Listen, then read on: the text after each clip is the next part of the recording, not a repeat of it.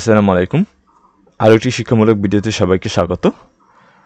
আজকে আমি দেখাবো কিভাবে এসএসসি ফলাফল পুনর্নিরীক্ষণ করতে হয়, অর্থাৎ পুনর্নিরীক্ষণের নিয়মাবলী। আমি এখানে তোমাদের সুবিধার্থে আমি মোবাইলের মেসেজ অপশানে যে প্র্যাকটিক্যালি সেখানে দেখিয়ে দিচ্ছি, সাথে সাথে আমি নিয়মটি বলে দিচ্ছি কিভাবে ফলাফল পুনর্নিরীক্ষণ করতে হয়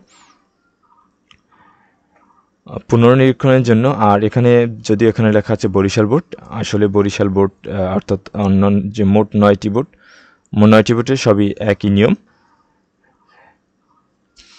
পুনর্নিরীক্ষণের জন্য আবেদন করতে টেলিটক সিম অর্থাৎ অবশ্যই তোমাকে টেলিটক সিমের প্রয়োজন হবে। তোমরা যদি না পারো তাহলে নিকটস্থ কোনো যেখানে অনলাইনে আবেদন করে, বিভিন্ন ধরনের আবেদন করে, যেখানে বিশেষ করে যারা এসব কাজ করেন অনলাইনে আবেদন, তাদের সাথে যোগাযোগ করলে তারা এই বিষয়টি সমাধান করে দেবে বা আবেদনটি করে দিবে।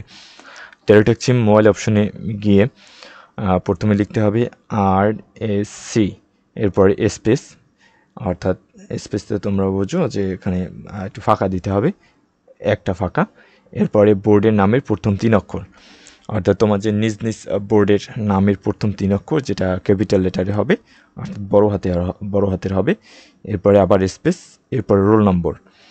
তারপর তোমাকে লিখতে হবে রোল নম্বর লেখার পরে বিষয় কোড। এখানে তোমার যদি একটি সাবজেক্টের সমস্যা হয় তাহলে একটি সাবজেক্টের বিষয় কোড লিখবা, আর যদি একাধিক সাবজেক্ট হয় তাহলে তোমরা একাধিক সাবজেক্টের রোল নম্বর লিখবা, সেক্ষেত্রে বিষয় কোড লিখবা। সেক্ষেত্রে অবশ্যই বিষয় কোডের মাঝে স্পেস দেওয়া যাবে না। স্পেস না দিয়ে আমরা দেব কমা, অর্থাৎ তুমি 2টা লিখলে 2টা বা 3টা যেটাই লেখো, অর্থাৎ প্রত্যেকটার শেষে একটা করা কমা দিতে হবে। এরপরে সেন্ড করবা তোমরা 16222 নম্বরে। এখানে উদাহরণস্বরূপ একটা বলাও আছে। এরপরে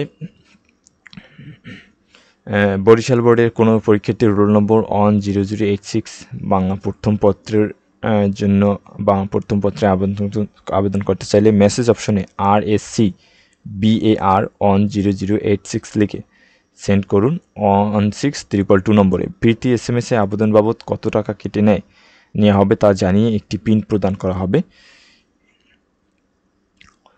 অর্থাৎ এইটা যে প্রথম SMS-টা পাঠানোর পরে এরপরে তুমি যে কটা সাবজেক্ট দিবে সেই সাবজেক্ট কটার উপরে তোমার মোট কত টাকা ফি দিতে হবে ফিরতি SMS-এ সেটা জানিয়ে দেওয়া হবে এবং সাথে একটি পিন প্রদান করা হবে।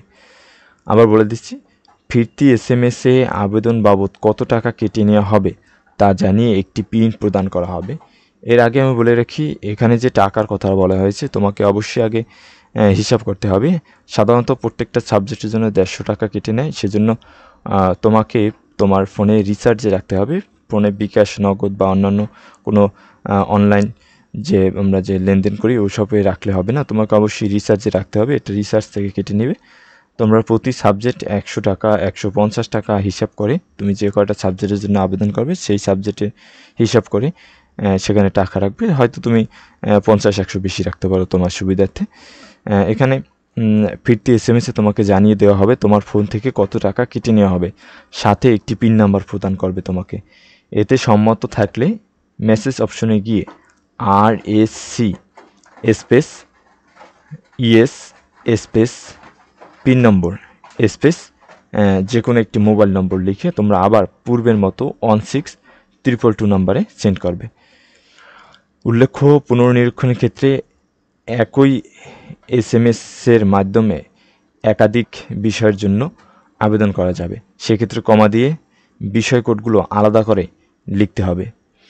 যেমন বাংলা ও ইংরেজি 2টি বিষয়ের জন্য আপনার টেলিটক প্রিপেড মোবাইলের মেসেজ অপশনে গিয়ে RSC space BAR space roll number space 101, 102, 107, 108 এই প্রত্যেকটা কিন্তু বিষয় কোড।